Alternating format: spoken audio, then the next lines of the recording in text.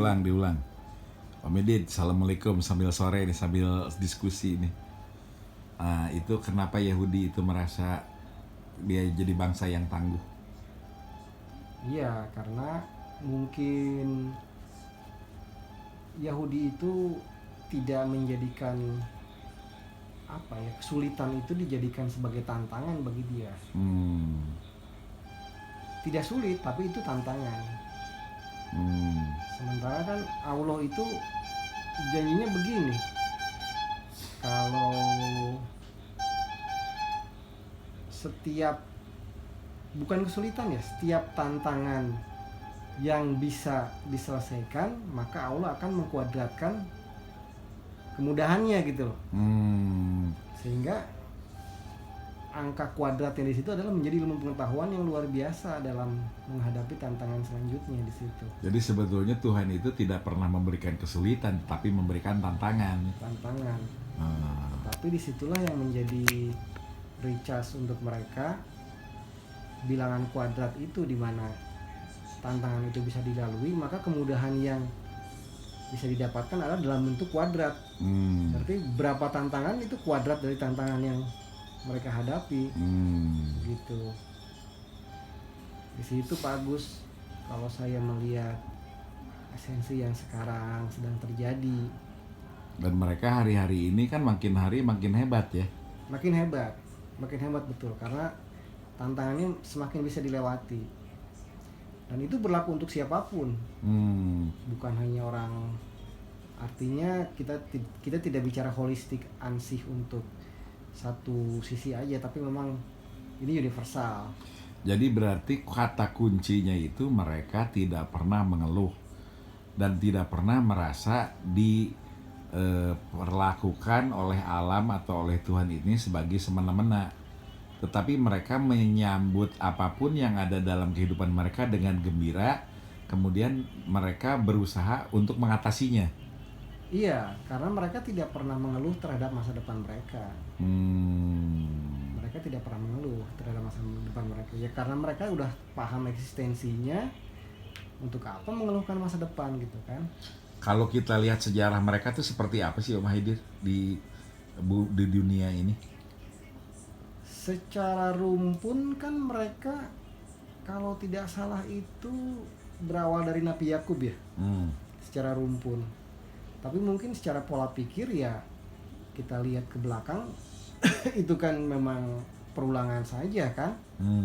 Nabi Yakub kemudian punya 12 anak gitu kan. Terus yang terkenal adalah Yehuda, Israel dengan Benyamin. Nah, kemudian bergulir sampai sekarang kan cerita itu. Ya menjadilah sebuah negara eksistensinya di tahun 48. Kan begitu. Iya. Itu kalau Daud sama Sulaiman bukan keturunan mereka juga? Kalau untuk keturunan sih saya kurang paham ya antara Daud dan Sulaiman. Kan ada kerajaan dulu, kerajaan Yehuda dan Israel itu pecah. Iya betul, tapi kan kalau nggak salah Yehuda dan Israel itu, kalau saya tidak salah ya, itu setelah memang momentum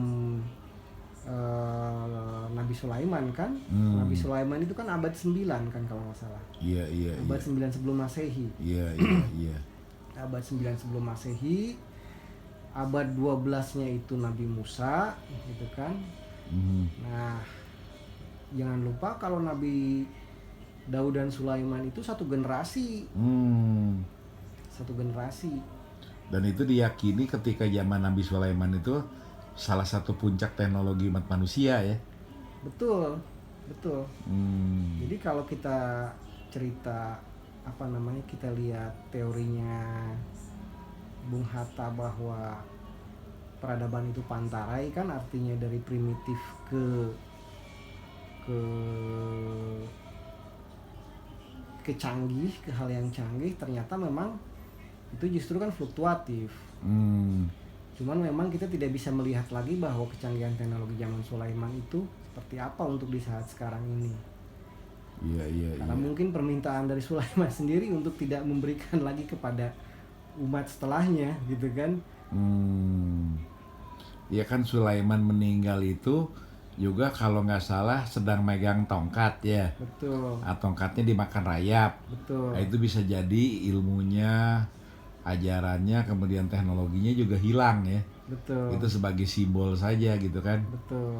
Pada umat manusia, bukan Nabi Sulaiman, belum tentu Nabi Sulaiman jatuh meninggal karena tongkatnya diketahui dimakan rayap kan. Betul. Bisa jadi itu simbol juga gitu kan. Cuman kita sekarang kan memang tidak begitu memahaminya. Tapi kalau kita lihat Facebook, YouTube, dan banyak hal Yahudi bikin itu, kalau Mahaidir belajar dari peradaban mereka gimana tuh Mahaidir? Saya sih melihat platform tersebut mungkin sudah didesain lama ya Pak Agus. Tapi memang kebutuhannya itu menjawab tantangan saat ini, gitu kan. Sebetulnya kan filosofinya sederhana. Gimana itu filosofinya? Act locally, think globally kan. Filosofi kan seperti itu. Cuman aplikasinya seperti apa? Ya kan. Nah, tapi kan act locally, think globally itu sudah lama sekali kan. Tapi puluhan tahun yang lalu kan belum ada YouTube, belum ada Facebook, belum ada apa. Nah, sekarang peradabannya sudah semakin complicated gitu kan, maka diperlukan sesuatu untuk menjawab tantangan act lokal, think global itu. Itu bagus. Dan internet serta dunia maya itu bisa menyelesaikan persoalan itu ya. Transaksi kan jadi bisa terjadi di seluruh dunia dalam waktu yang singkat dengan jutaan transaksi kan. Orangnya nggak usah ada. Iya. Nah, tapi mereka bisa sampai ke situ cara pikirnya ya Mahaidir. Betul, act local, think global. Jadi memang konsepnya sudah lama kan Pak Agus. Tapi kan jawaban itu butuh perjalanan juga, sehingga tidak dikeluarkan sesuai dengan tantangan zaman lah. Begitu kira-kira. Jadi kalau kita lihat menurut Mahaidir sebenarnya mereka masih punya rahasia-rahasia yang tinggal dikeluarkan ya. Betul. Kita nggak ngerti. Dan ya kayak sekarang corona kan, orang itu